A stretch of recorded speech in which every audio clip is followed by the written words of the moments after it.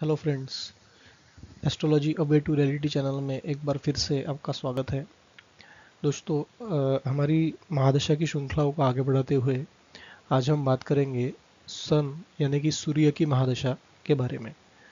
अब जानते हैं कि सूर्य की महादशा ये कितने सालों की होती है। तो टोटल 6 सालों की ये सूर्य की महादशा होती है। टोटल 6 ईयर यानी कि एक शॉर्ट पीरियड होता है सूर्य की महादशा का। तो ये महादशा का पीरियड कैसे जाता है ये आगे हम देखेंगे, लेकिन उससे पहले ये जानना ज़रूरी है कि सूर्य किन चीज़ों को रिप्रेजेंट करता है।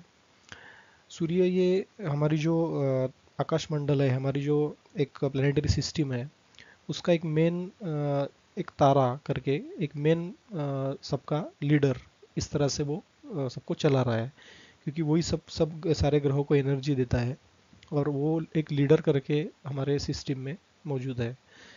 तो तुम्हारी लीडरशिप क्वालिटीज़ है वो सूर्य से देखी जाती है नेचुरली।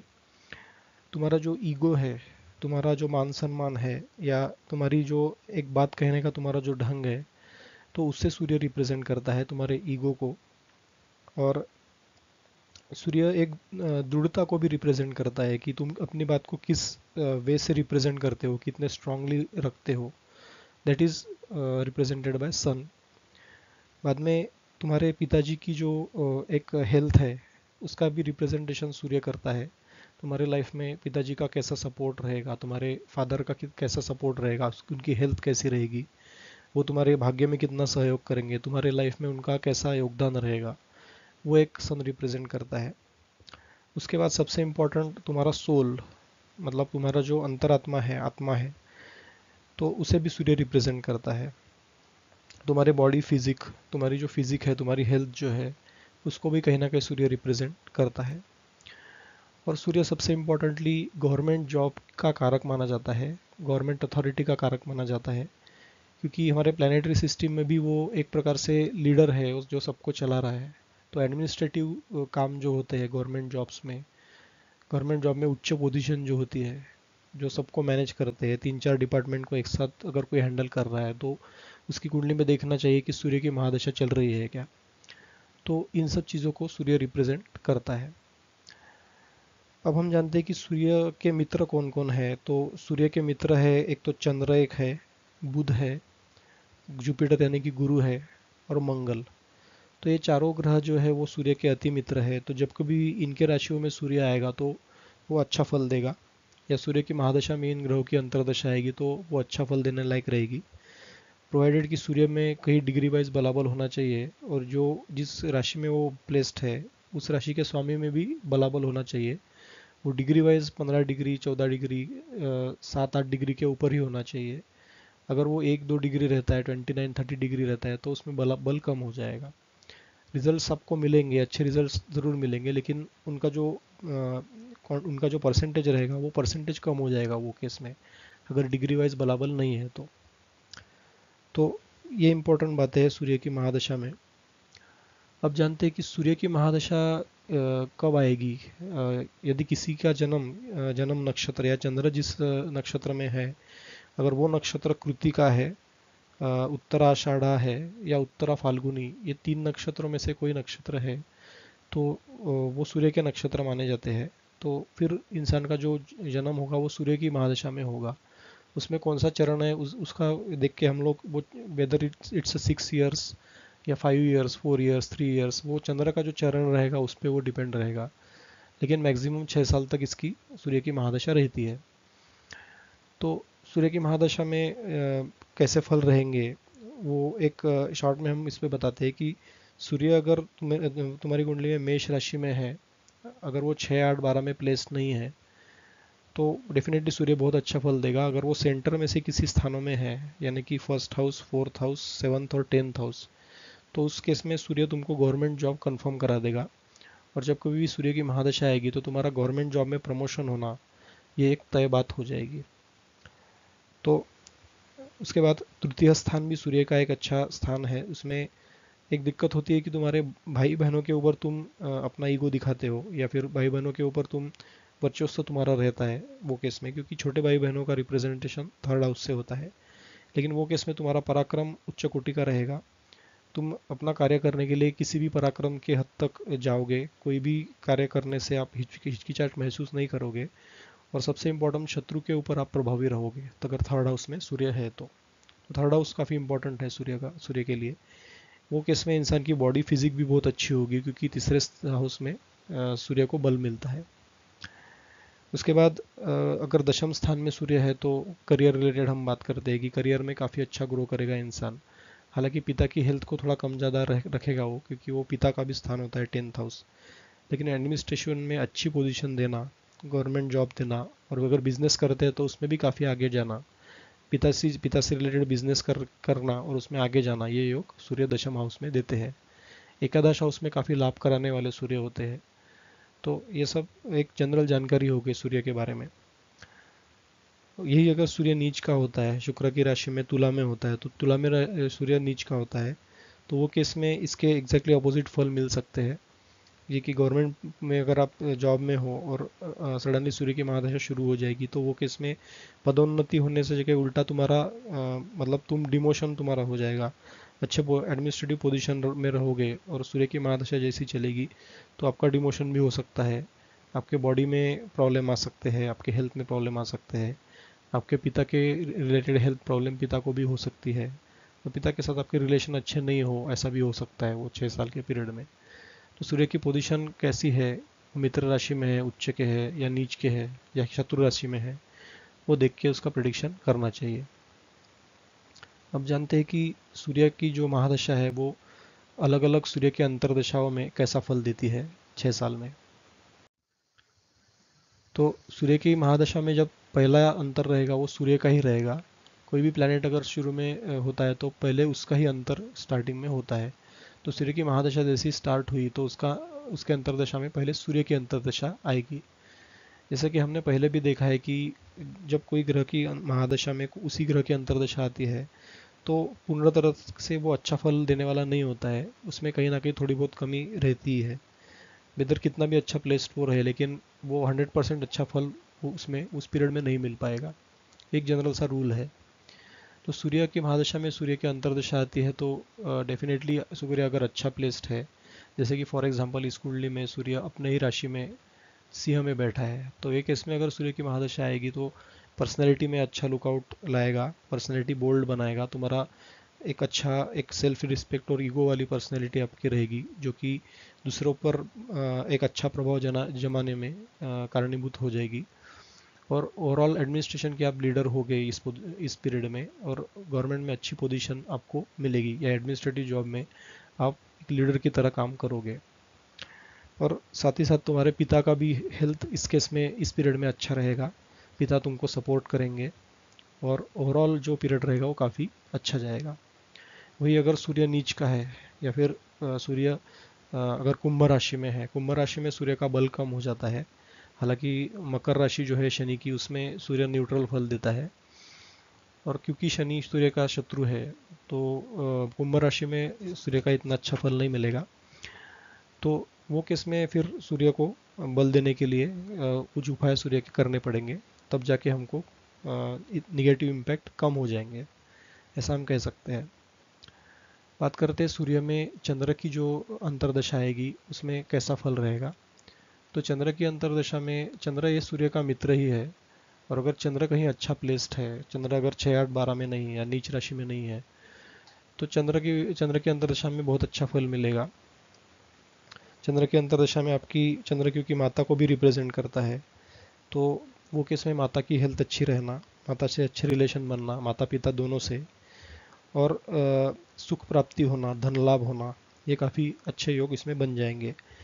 क्योंकि चंद्र एक प्रकार से कुछ चीज़ों में विदेश यात्रा का भी योग लेके आ सकता है, और शत्रुओं से वो संधि कराएगा, क्योंकि चंद्र एक सौम्य ग्रह है और सूर्य भी एक प्रकार से एक क्रूर ग्रह है, लेकिन वो पापक ग्रहों की श्रेणी में सबसे नीचे पायदान पे आता है, वो इतना पापक ग्रह उसे नहीं कंसिडर किया जाता। तो जैसे कि सूर्य न्यूट्रल कह सकते हैं और चंद्र है वो सौम्य है, तो वो शत्रुओं से तुम्हारी संधि कराएगा।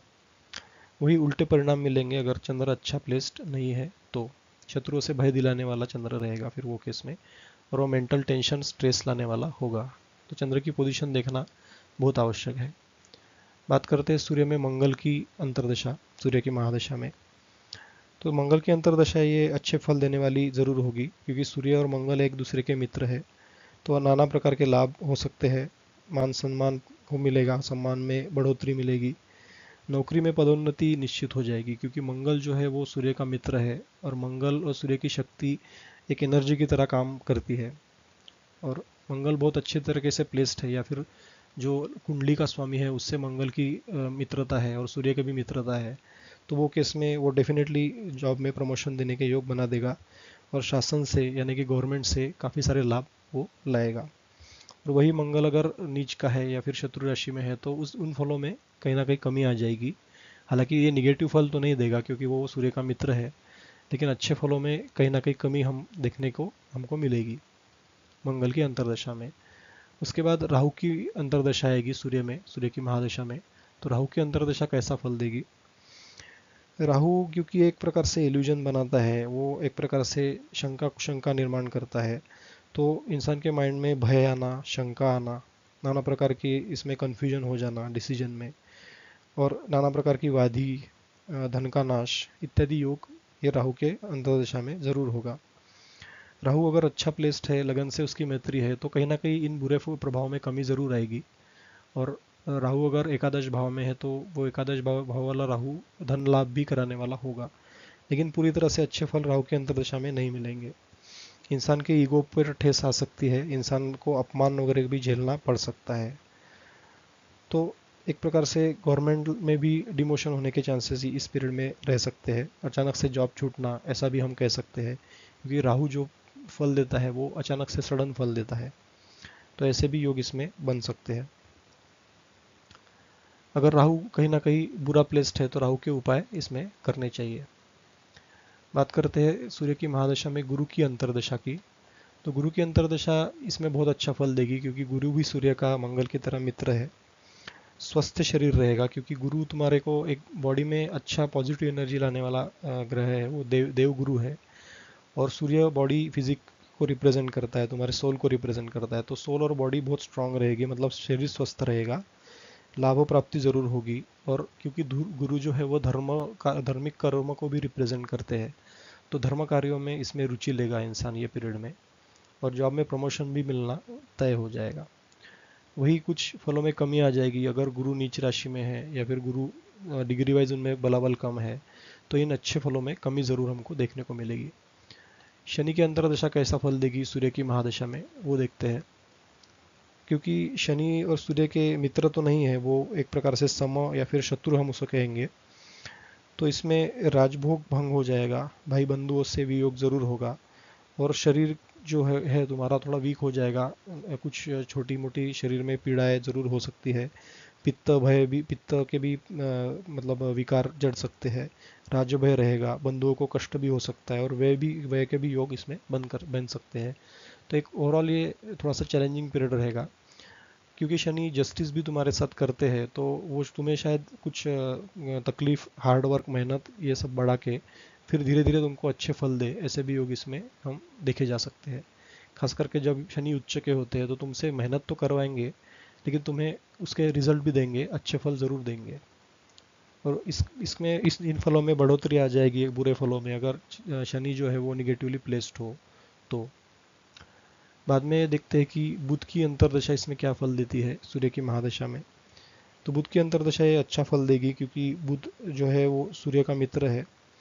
लेकिन कभी कभी बुध सूर्य के साथ में है तो वो कॉम्बस्ट भी हो जाता है। मोस्टली हम देखते हैं कि बुधादित्य योग रहता है, तो सूर्य के साथ में ही बुध आता है, तो वो केस में वो एक प्रकार से सूर्य से अस्त हो जाता है। तो वो केस में फिर कष्ट मिलेंगे, त्वचा रोग हो सकता है। व्यापार में हालांकि ये वृद्धि के करने के युग इसमें बन जाएंगे, क्योंकि बुध जो है वो व्यापार का भी कारक है, तुम्हारी वाणी का भी कारक है। तो इंसान मीठा बोलने लगेगा, जिसके कारण इंसान के व्यापार में वृद्धि जरूर होगी। लेकिन कभी कभी वो उग्रवाणी से अपना नुकसान भी करेगा, अगर बुध अच्छा प्लेस नहीं है, या फिर कुंडली के लगन लॉर्ड से बुध की मित्रता नहीं है, तो फिर इसमें हम कह सकते हैं कि ये निगेटिव इम्पैक्ट जरूर मिलेंगे जो भी हमने बताया। तो वाणी से नुकसान करने वाला इंसान वो किस में हो सकता है। अब देखते हैं कि सूर्य की महादशा में केतु की अंतर्दशा क्या फल देती है। तो केतु की अंतर्दशा ये थोड़ी कष्टदायक जरूर होगी इसमें, तुम्हारे ईगो पर ठेस ज़रूर आएगी। ऐसा लगेगा कि तुम्हारे मतलब मान सम्मान में लोग परेशानियां क्रिएट कर रहे हैं, तुम्हारे ईगो को ठेस पहुंचा रहे हैं, और फिर इंसान वो केस में उसका कॉन्फिडेंस थोड़ा कम हो सकता है। तो बंधु बांधवों से कष्ट देने वाली ये अंतर्दशा रहेगी। धन का नाश भी हो सकता है, और एक प्रकार से स्थानांतरण या फिर जॉब चेंज के भी योग इसमें बन सकते हैं, क्योंकि राहु की तरह ही केतु के कुछ मिले जुले फल इसमें रहेंगे। तो वो सूर्य को एक प्रकार से ग्रहण लगाने वाले ही हम कह सकते हैं केतु है राहु की तरह। तो इसमें जॉब का डिमोशन या फिर जॉब छूट जाना या फिर नया कोई जगह पे इंसान का प्लेसमेंट हो जाना, ऐसे कुछ निगेटिव इम्पैक्ट्स इस केतु की अंतर्दशा में मिल सकते हैं। अब देखते हैं कि सूर्य की महादशा में शुक्र की अंतर्दशा कैसी फल देती है। तो शुक्र क्योंकि एक प्रकार से कफ प्रवृत्ति क्रिएट करता है और सूर्य वात प्रवृत्ति सॉरी पित्त दोष लाता है, तो सिर में रोग होना, क्लेश होना, ज्वर, अतिसार, या फिर दाम्पत्य जीवन में भी, फैमिली लाइफ में भी, मैरिड लाइफ में भी कहीं ना कहीं समस्याएं आना, ये शुक्र की जो अंतर्दशा आएगी सूर्य में, ऐसा उसमें हो सकता है। क्योंकि शुक्र भी सूर्य के शत्रु माने जाते हैं। जब कभी सूर्य और शुक्र एक स्थान में रहेंगे और वो टाइम पे सूर्य की महादशा में शुक्र की अंतर्दशा आती है, तो वो डिवोर्स वगैरह के भी योग इसमें बना सकते हैं। क्योंकि सूर्य जो है वो तुम्हारी बॉडी की एनर्जी है, और शुक्र जो है भावनाओं का ग्रह है। तो भावनाओं के ऊपर एनर्जी अगर आती है तो उसमें डेफिनेटली दाम्पत्य जीवन में स्त्री के साथ प्रॉब्लम्स, ऐसे योग इसमें बन जाएंगे। तो ये था विश्लेषण हमारा सूर्य की महादशा में विविध ग्रहों की अंतर्दशा का कैसा फल होता है। अब देखते हैं कि अगर आपका सूर्य पीड़ित है, सूर्य अगर नीच राशि में है, सूर्य अगर राहु के साथ में है, केतु के साथ में है, या फिर शनि के साथ में है, या फिर इन ग्रहों से सूर्य दुष्ट है, तो फिर इसमें उस केस में सूर्य को अच्छा करने के लिए क्या क्या उपाय करने चाहिए। तो सन रेमेडीज यानी सूर्य के उपाय ऐसे है कि जनरली हम बताते हैं कि सूर्य आपका पीड़ित हो या फिर ना हो, लेकिन सूर्य को अच्छा किया जा सकता है या फिर और बेहतर बनाया जा सकता है। तो उसके लिए हमको सुबह जल्दी उठ के सूर्य को अर्घ्य देना चाहिए। पानी, जो हम कहते हैं कि एक गिलास पानी या फिर 2 गिलास पानी सूर्य के ऊपर आप अगर रखोगे सूर्य के सामने प्रातः काल में, तो सूर्य की जो किरणें हैं वो पानी से होती हुई तुम्हारे पूरे बॉडी में वो आएगी, और वो एक पॉजिटिव एनर्जी लेके आएगी। तो उससे तुम्हारे मान सम्मान में वृद्धि होगी, तुम्हारा समाज में दायरा बढ़ेगा, और तुम्हारा जो ईगो रहेगा उसको तुम लोगों के सामने एक पॉजिटिव वे से आगे रख सकोगे, जिसके कारण तुम्हारा भी उसमें मतलब मान सम्मान बढ़ेगा, और लोग तुम्हारी बात ज़रूर मानेंगे। तो इन सब चीज़ों का अच्छा होने के लिए सूर्य को अर्घ्य देना सुबह रोज़, ये बहुत इंपॉर्टेंट है। या फिर अगर ये पॉसिबल नहीं होता है तो सूर्य को प्रणाम कर लेना एक बार। जब कभी भी मॉर्निंग में सूर्य आता है पूर्व दिशा में, तो उस दिशा में हाथ जोड़ लेना सूर्य देव को, और गायत्री मंत्र का जाप करना, ओम भूर्भुवः स्वः तत्सवितुर्वरेण्यम भर्गो देवस्य धीमहि धियो यो नः प्रचोदयात्। ये एक बहुत अच्छा मंत्र का उच्चार है, जो आप ये करेंगे नमन करके सूर्य को, तो भी सूर्य के धीरे धीरे अच्छे परिणाम आपको ज़रूर मिलेंगे। और ये उपाय खास करके शनि, राहु, केतु, इन ग्रहों से अगर सूर्य दृष्ट हो या इनकी अंतर्दशा आती है, तो वो केस में ये उपाय करने बहुत ज़रूरी है। उस केस में आप देखोगे कि जो मानसिक टेंशन है, क्लेश है, या फिर जो भी प्रॉब्लम्स हो रहे हैं वो धीरे धीरे कम हो जाएंगे। अगर सूर्य की डिग्री कम है, या फिर सूर्य मतलब किसी ऐसे राशि में बैठा है कि जिसमें सूर्य को बल देना आवश्यक है, फॉर एग्जांपल मकर राशि में सूर्य सम होता है, तो वो केस में सूर्य को बल देना आवश्यक है। तो उस केस में आप सूर्य का रतन माणिक जरूर धारण करें, और लगन के लॉर्ड के साथ सूर्य की मैत्री है क्या वो भी देख ले। अगर मैत्री है तो ही पहने। अगर उस केस में अगर लगन का रॉड जो है वो सूर्य का शत्रु है, तो वो केस में माणिक फिर किसी विद्वान की सलाह से ही पहने, या फिर वो केस में ना पहने तो अच्छा होगा। तो ये थी कुछ जानकारी सूर्य के उपायों के बारे में। ये वीडियो आपको कैसा लगा ज़रूर आप हमें कमेंट करके बताइए, और हमारे चैनल को सब्सक्राइब करना ना भूलें। Thank you very much.